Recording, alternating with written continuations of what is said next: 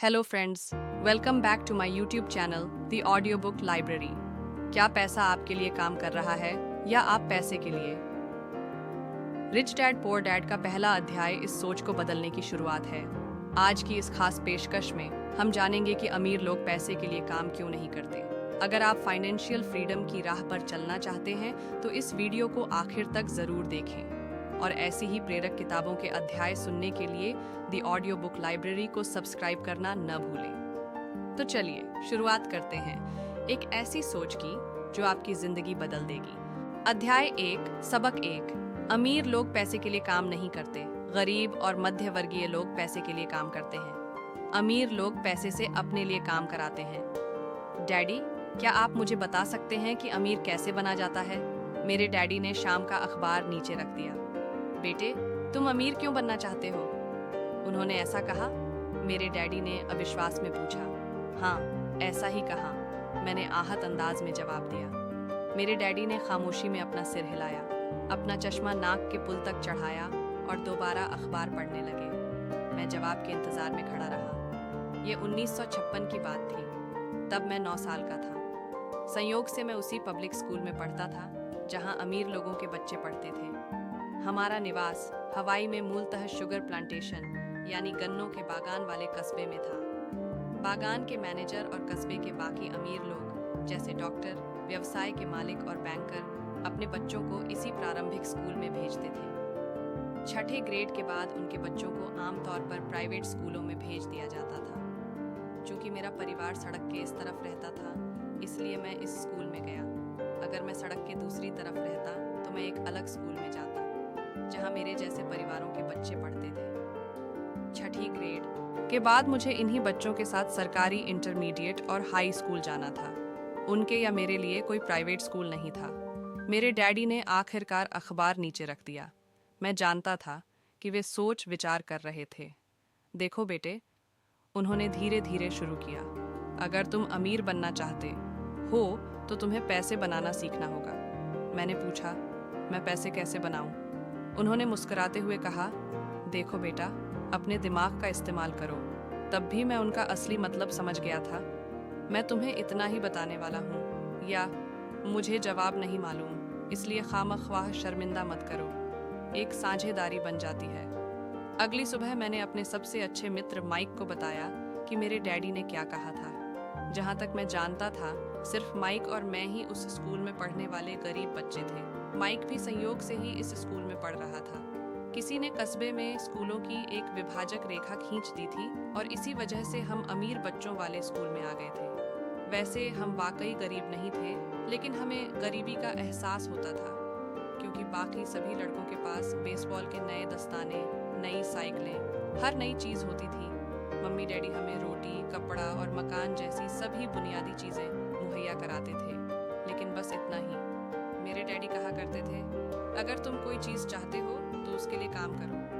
हम चीज़ें तो बहुत सारी चाहते थे, लेकिन 9 साल के लड़कों के लिए ज़्यादा काम उपलब्ध नहीं था। माइक ने पूछा, तो पैसे बनाने के लिए हम क्या करें? मैं नहीं जानता, मैंने कहा, लेकिन क्या तुम मेरे साझेदार बनोगे? वह मान गया और शनिवार की उस सुबह माइक मेरा पहला कारोबारी साझेदार बन गया। हम सुबह से लेकर दोपहर तक सोचते रहे कि पैसा कैसे बनाया जाए।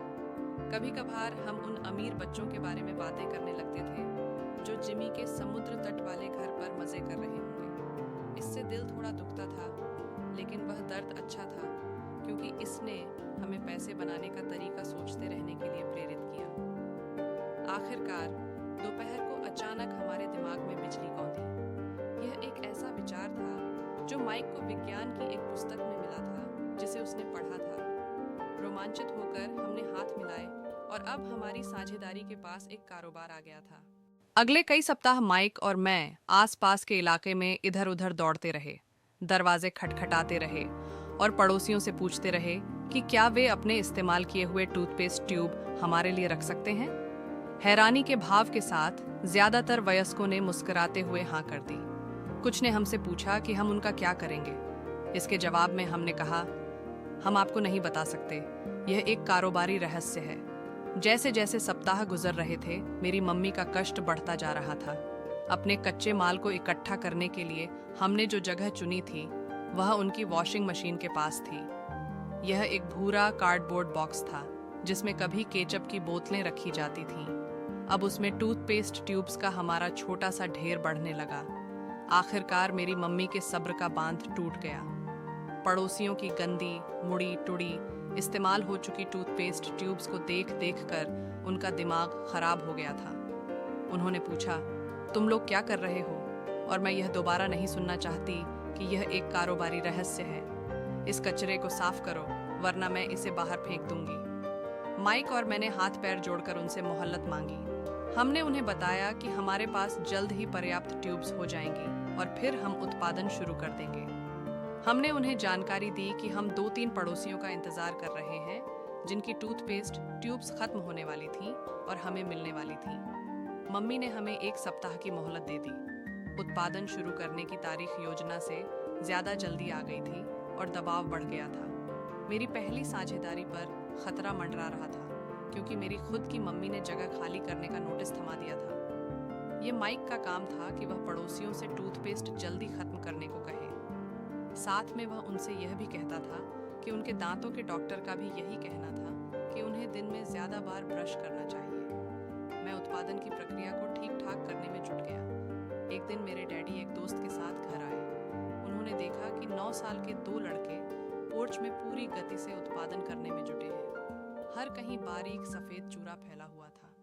एक लंबी टेबल पर स्कूल के दूध के छोटे कार्टन थे और हमारे परिवार का हिबाची ग्रिल लाल सुर्ख कोयलों के साथ अधिकतम गर्मी पर दहक रहा था। डैडी सावधानी से चलकर आए। उन्हें पोर्च के शुरू में ही कार खड़ी करना पड़ी क्योंकि उत्पादन की प्रक्रिया कार की जगह तक पहुंचने में बाधा डाल रही थी।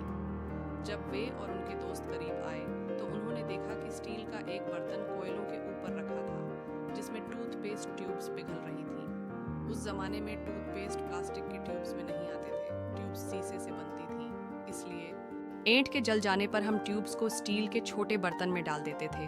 वे पिघलने लगती थीं और द्रव बन जाती थीं। इस पिघले हुए शीशे को हम दूध के कार्टन में बने एक छोटे छेद से अंदर डाल रहे थे। दूध के कार्टन्स में प्लास्टर ऑफ पेरिस भरा था। हर तरफ फैला सफ़ेद चूरा और कुछ नहीं, प्लास्टर ऑफ पेरिस ही था। जल्दबाजी में उसके बैग में मेरी लात पड़ गई थी जिससे पूरा इलाका ऐसा लग रहा था जैसे वहाँ अभी अभी बर्फ का तूफान आया हो। दत्त के कार्टन के भीतर प्लास्टर ऑफ पेरिस के सांचे थे।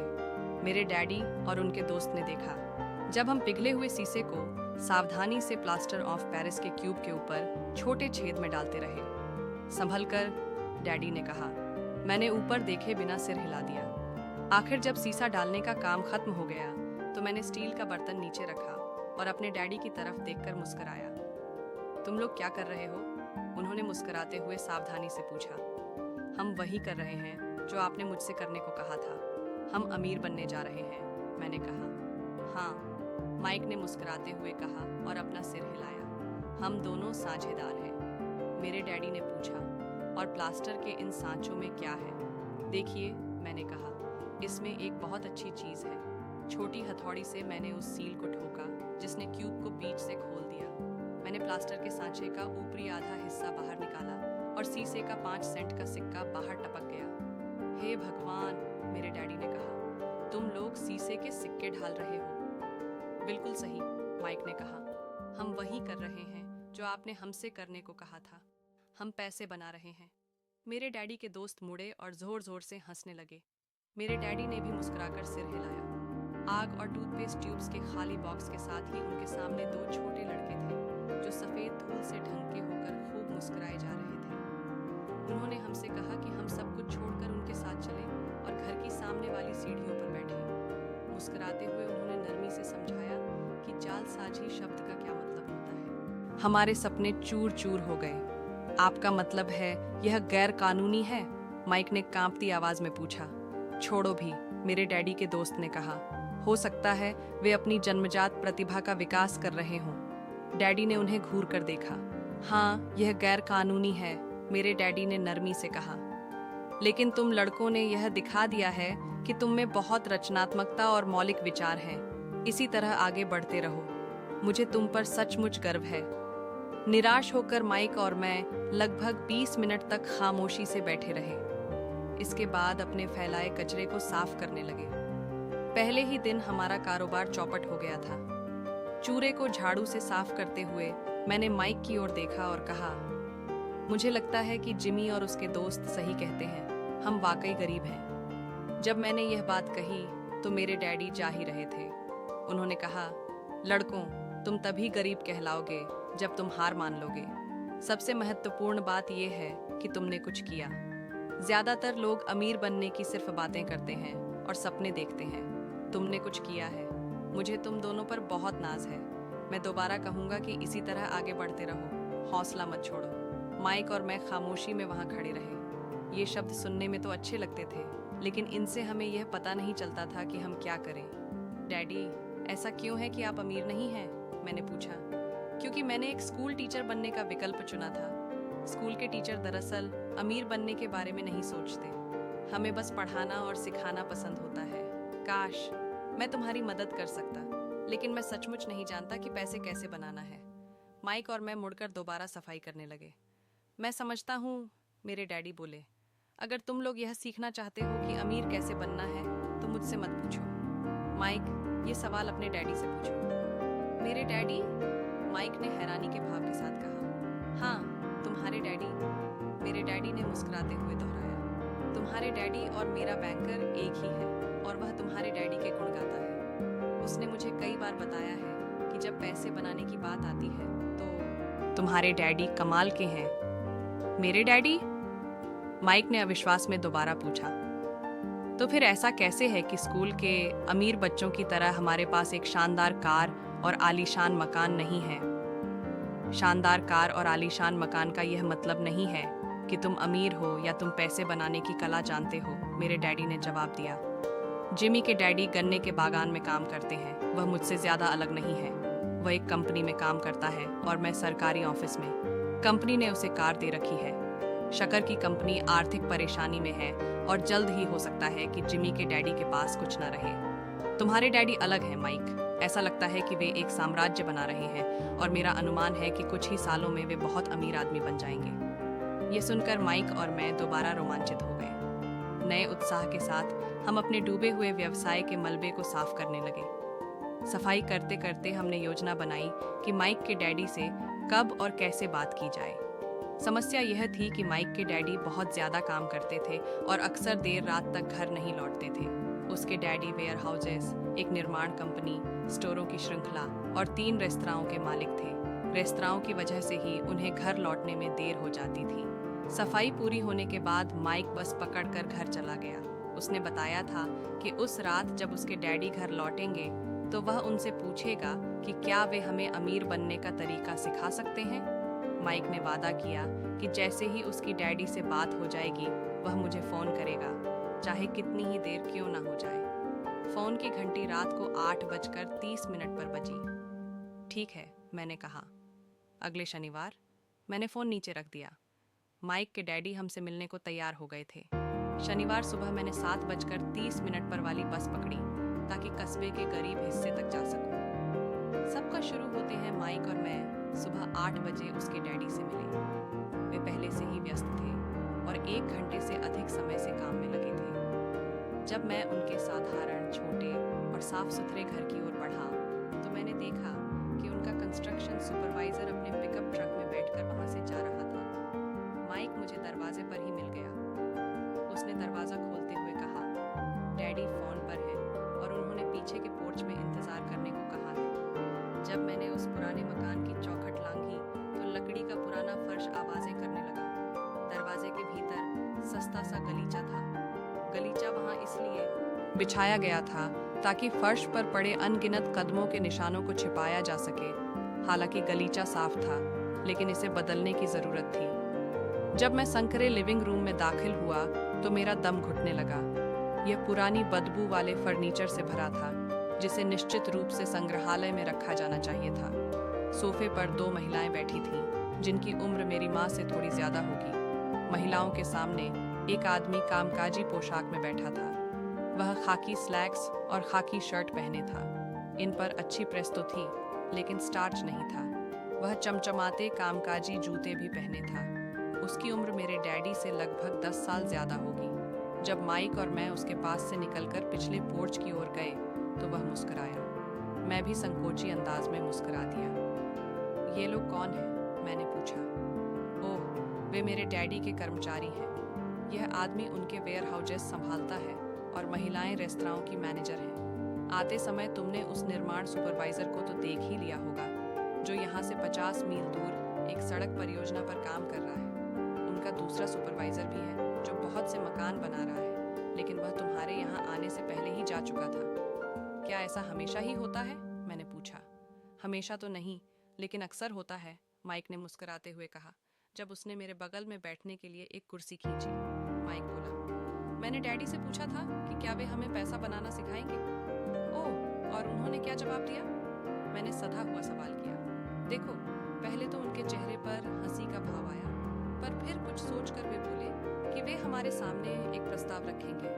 ओह, मैंने कहा और दीवार से अपनी कुर्सी टिकाते हुए अगले पाए उठा लिए। मैं कुर्सी के पिछले 2 पायों के सहारे बैठ गया। माइक ने भी ऐसा ही किया। मैंने पूछा, क्या तुम जानते हो कि वे क्या प्रस्ताव रखने वाले हैं? नहीं, लेकिन हमें जल्दी ही पता चल जाएगा।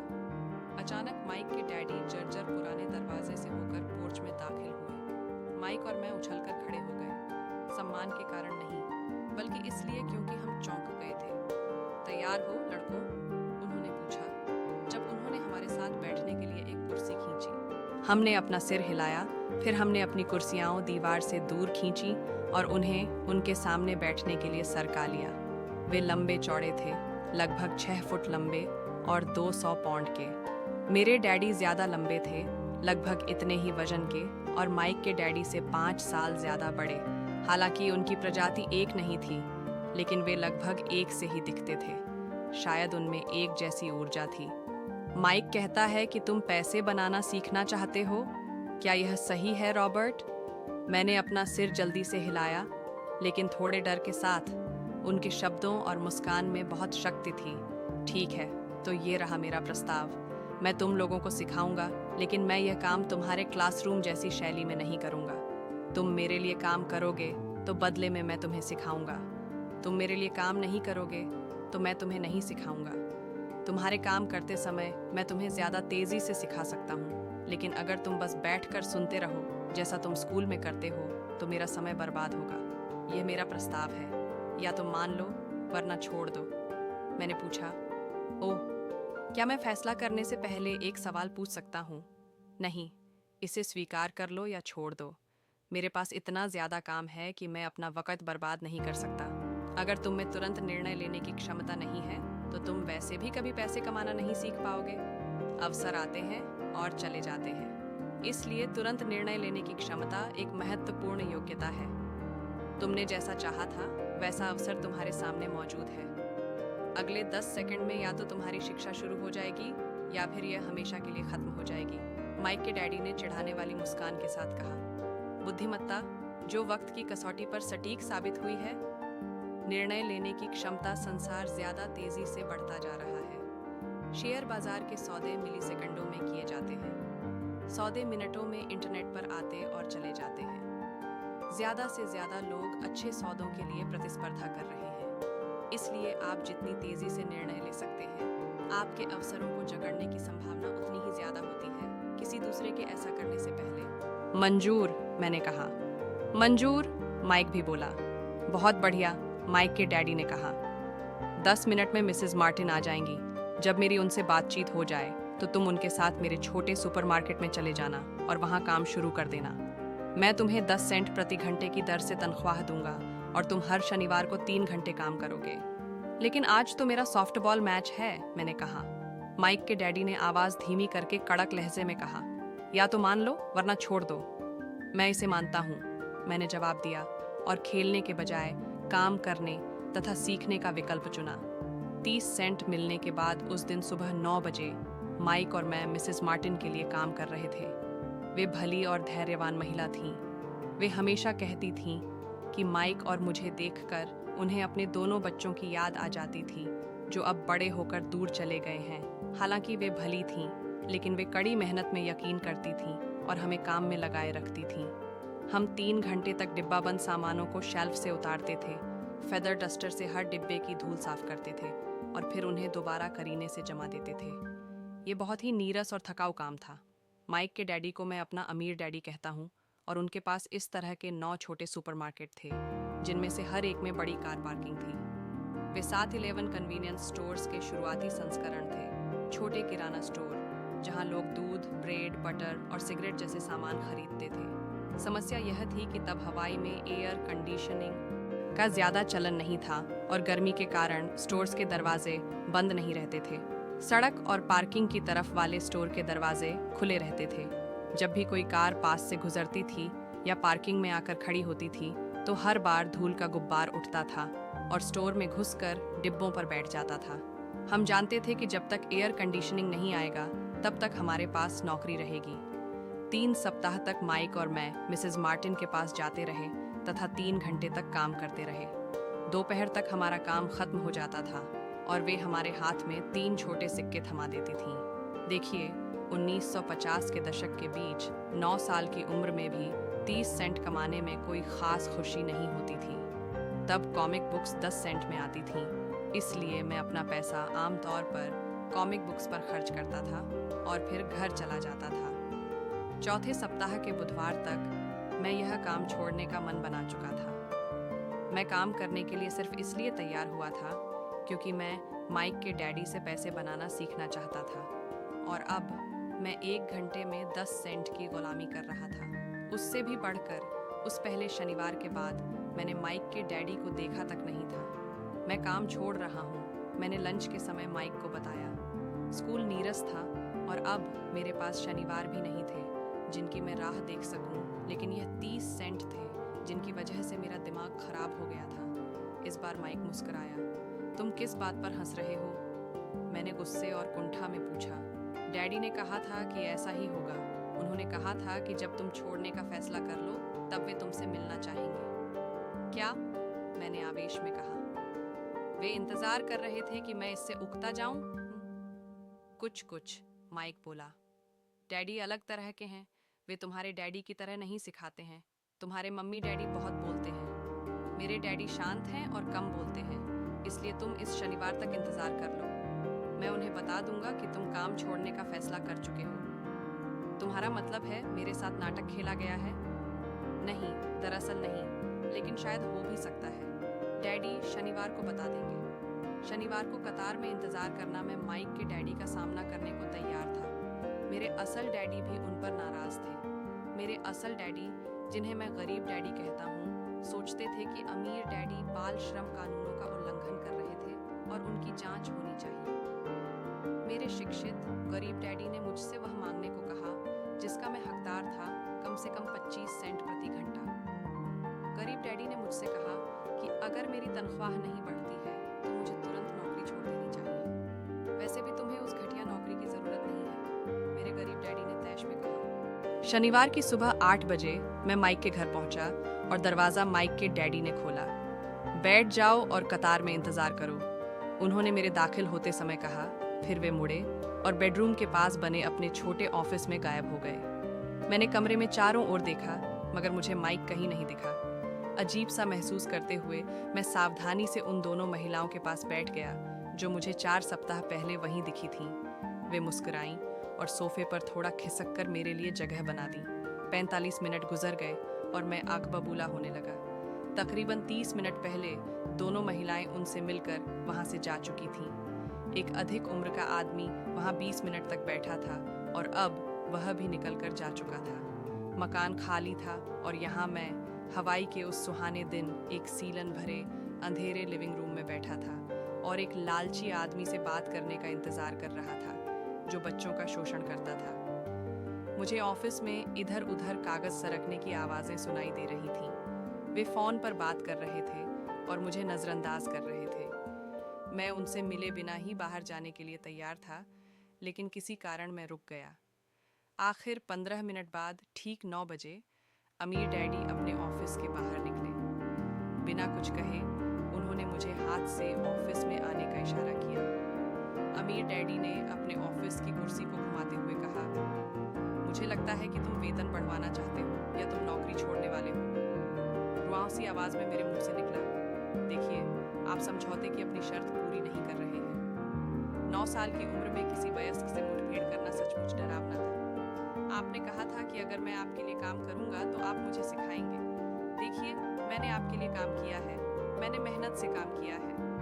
आपकी खातिर काम करने के लिए मैंने अपने बेसबॉल मैचों की कुर्बानी दी है, लेकिन आपने अपना वादा नहीं निभाया और मुझे कुछ भी नहीं सिखाया। आप धोखेबाज हैं, जैसा कि शहर का हर व्यक्ति आपके बारे में कहता है। आप लालची हैं, आप सिर्फ पैसे कमाना चाहते हैं और अपने कर्मचारियों की जरा भी परवाह नहीं करते हैं। आपने मुझसे खामख्वाह इंतजार कराया और मेरे प्रति कोई सम्मान नहीं दिखाया। मैं छोटा हूँ, लेकिन इससे बेहतर व्यवहार का हकदार हूँ। अमीर डैडी अपनी घूमने वाली कुर्सी में आगे पीछे झूलने लगे। अपनी ठुड्डी पर हाथ रखकर उन्होंने मुझे एकटक देखा। बुरा नहीं है, उन्होंने कहा। 1 महीना भी नहीं हुआ है और तुम वही भाषा बोल रहे हो जो मेरे कर्मचारी ज्यादातर बोलते हैं। क्या? मैंने पूछा। मैं समझ नहीं पाया कि वे क्या कह रहे थे, इसलिए मैंने अपना दुखड़ा जारी रखा।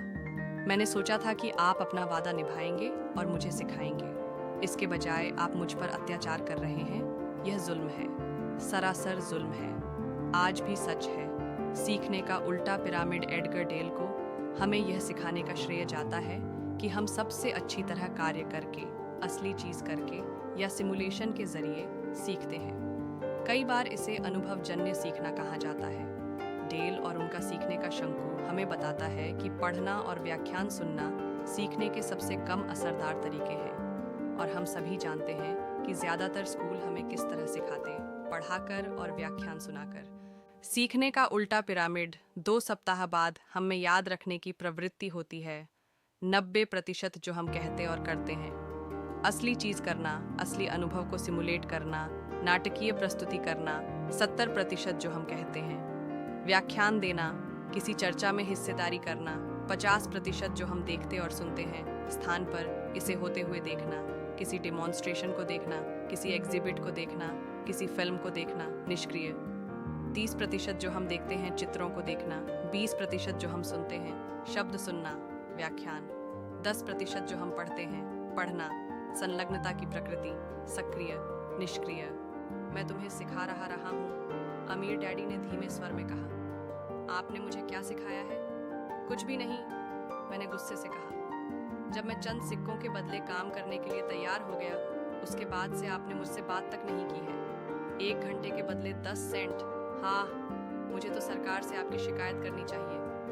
आप जानते हैं, हमारे देश में बाल श्रम कानून है।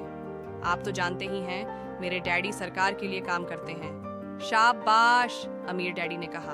अब तुम उन अधिकतर कर्मचारियों की भाषा बोल रहे हो जो मेरे लिए काम करते थे। ऐसे कर्मचारी जिन्हें मैंने नौकरी से निकाल दिया या जिन्होंने खुद नौकरी छोड़ दी। तो इस बारे में आपको क्या कहना है? मैंने पूछा और मुझे एहसास था कि कम उम्र के बावजूद मैं काफी बहादुरी दिखा रहा था। आपने मुझसे झूठ बोला। मैंने आपकी खातिर काम किया और आपने अपना वादा पूरा नहीं किया। आपने मुझे कुछ नहीं सिखाया। कौन कहता है कि मैंने तुम्हें कुछ नहीं सिखाया? अमीर डैडी ने शांति से पूछा। देखिए, इस दौरान आपने कभी मुझसे बात नहीं की। मैंने 3 सप्ताह तक काम किया और आपने मुझे कुछ नहीं सिखाया। मैंने मुंह बनाकर कहा। क्या सिखाने का मतलब बोलना या व्याख्यान देना ही है? अमीर डैडी ने पूछा। और क्या, मैंने जवाब दिया।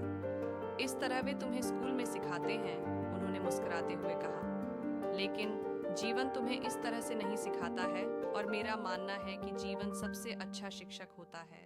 अधिकतर समय जीवन आपसे बात नहीं करता है। यह आपको एक तरह से धक्का देता है। हर धक्के के साथ मानो जीवन कहता है, जाग जाओ, कोई चीज है जो मैं तुम्हें सिखाना चाहता हूँ। यह आदमी कैसी बेसिर पैर की बातें कर रहा है, मैंने मन ही मन सोचा। जीवन मुझे धक्का दे रहा है, यानी वह मुझसे बात कर रहा है। अब मैं जान गया था कि मुझे अपनी नौकरी हर हाल में छोड़ देनी चाहिए। मैं एक ऐसे आदमी से बात कर रहा था जिसे हवालात में बंद करने की जरूरत थी। अगर तुम जीवन के सबक सीखते हो तो इससे तुम्हें बहुत फायदा होगा। अगर नहीं सीखोगे तो जीवन तुम्हें बस चारों तरफ धक्के देता रहेगा। लोग 2 चीजें करते हैं। कुछ लोग जीवन के धक्के खाते रहते हैं, दूसरे नाराज होते हैं और पलटकर धक्का देते हैं। लेकिन वे अपने बॉस या अपनी नौकरी या अपने पति या पत्नी के खिलाफ अपना गुस्सा निकालते हैं। वे नहीं जानते हैं कि यह जीवन है जो उन्हें धक्के दे रहा है। मुझे पता नहीं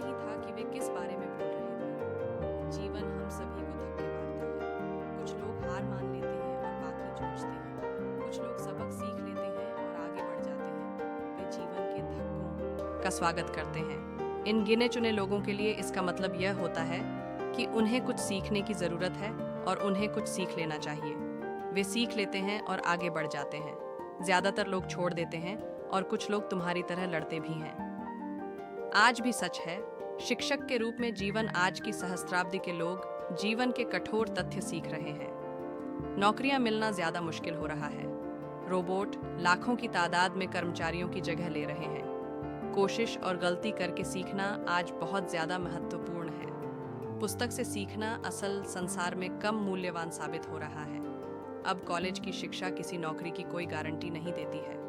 अमीर डैडी खड़े हो गए और उन्होंने लकड़ी की पुरानी जर्जर खिड़की को बंद किया जिसे मरम्मत की ज़रूरत थी। अगर तुम यह सबक सीख लेते हो तो तुम बड़े होकर बुद्धिमान, दौलतमंद और सुखी युवक बनोगे। अगर तुम नहीं सीखते हो तो तुम जिंदगी भर अपनी समस्याओं के लिए अपनी नौकरी, कम तनख्वाह या बॉस को दोष देते रहोगे। तुम जीवन भर उस बड़े मौके की उम्मीद करते रहोगे जो आकर तुम्हारी तमाम आर्थिक समस्याओं को हल कर दे। अमीर डैडी ने यह देखने के लिए मेरी तरफ देखा कि क्या मैं उनकी बात सुन रहा था। उनकी आंखें मेरी नज़रों से मिलीं। हम एक दूसरे को एकटक देखते रहे और अपनी आंखों से संवाद करते रहे। आखिर जब मैं उनके संदेश का मतलब समझ गया तो मैंने अपनी नज़रें फेर लीं। मैं जान गया कि उनकी बात सही थी। मैं उन्हें दोष दे रहा था, जबकि सीखने का आग्रह मैंने खुद किया था। मैं जूझ रहा था। अमीर डैडी ने आगे कहा, अगर तुम इस तरह के इंसान हो जिसमें ज़रा भी हिम्मत नहीं है तो जीवन के हर थपेड़े, हर धक्के के सामने तुम हार मान लोगे। अगर तुम इस तरह के इंसान हो तो तुम जिंदगी भर सुरक्षित तरीके से खेलते रहोगे, सही चीज़ें करोगे और किसी ऐसे वक्त का इंतज़ार करोगे जो कभी आएगा ही नहीं। फिर तुम एक नीरस बूढ़े आदमी की तरह मर जाओगे। तुम्हारे बहुत से दोस्त तुम्हें सचमुच पसंद करते होंगे क्योंकि तुम बहुत अच्छे मेहनती इंसान थे, लेकिन सच तो यह है कि तुमने जीवन के धक्कों के आगे घुटने टेक दिए थे। दिल की गहराई में तुम जोखिम लेने से थर्राते थे। तुम दरअसल जीतना चाहते थे, लेकिन हारने का डर जीतने के रोमांच से ज़्यादा ताकतवर साबित हुआ। दिल की गहराई में तुम्हें और सिर्फ तुम्हें ही यह बात पता रहेगी कि तुमने कभी जीतने की कोशिश ही नहीं की। तुमने सुरक्षित तरीके से खेलने का विकल्प चुना। तो दोस्तों, ये था चैप्टर 1 का पहला हिस्सा, एक नए नज़रिए की शुरुआत। लेकिन कहानी यहाँ ख़त्म नहीं होती। अगले हिस्से में आप जानेंगे एक ऐसे रहस्य के बारे में जो अमीर लोगों की सोच को दुनिया से अलग बनाता है। क्या आप उस सीक्रेट के लिए तैयार हैं? तो जुड़े रहिए, क्योंकि अगला हिस्सा आपकी ज़िंदगी बदलने की शुरुआत हो सकता है। मिलते हैं जल्दी ही एक नए जज्बे के साथ। Thank you for watching.